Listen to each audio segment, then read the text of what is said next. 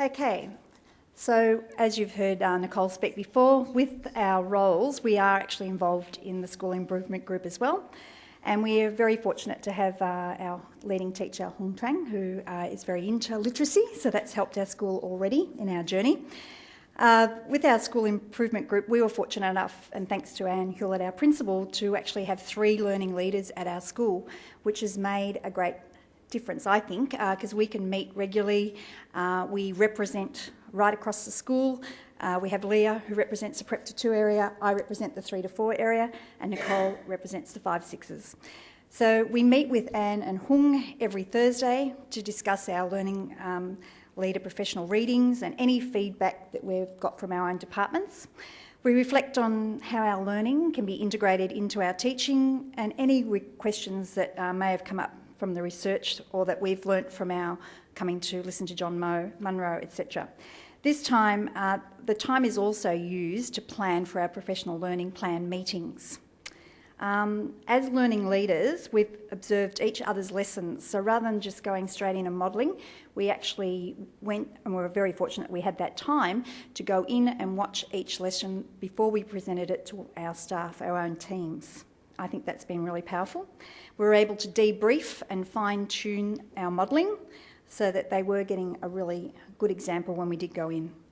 And during team meetings, we have time now to reflect on good practice, and the team members get their feedback, and it's not just warm, fuzzy feedback. We are very open and honest, and using our professional dialogue. I guess if you walk into our staff room now, of course there'll be some more social conversations, but we are actually hearing our teachers speaking more professionally during their breaks about the things that we're doing. Okay.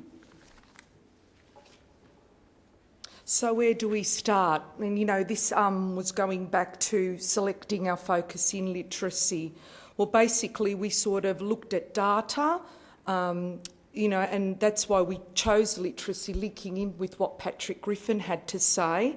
And we prioritised vocabulary as a measure of improved achievement outcomes for our students. So we focused on that. And also we were going to use that data, you know, with that plan and whatnot to see if a difference or a shift was beginning or had been made. We aim to have a direct focus on what the quality of classroom practice and student learning was to be. And as a learning leader, we have contributed to this by modelling in the classrooms, the PD and the PLTs, as Chris mentioned.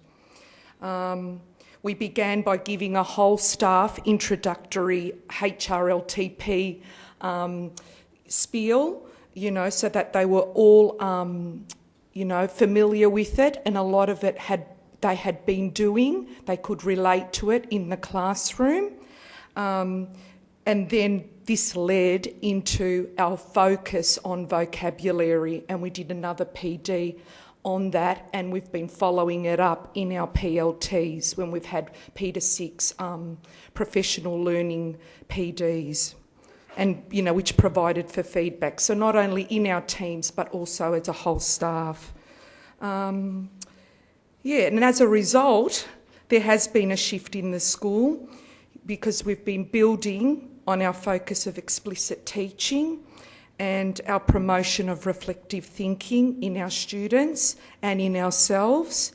Our teachers had already been clear about having a clear focus for each lesson, and we are becoming more effective at using data to build on our teaching capacity, thereby personalising our students' learning and promoting more reflective thinking amongst our staff.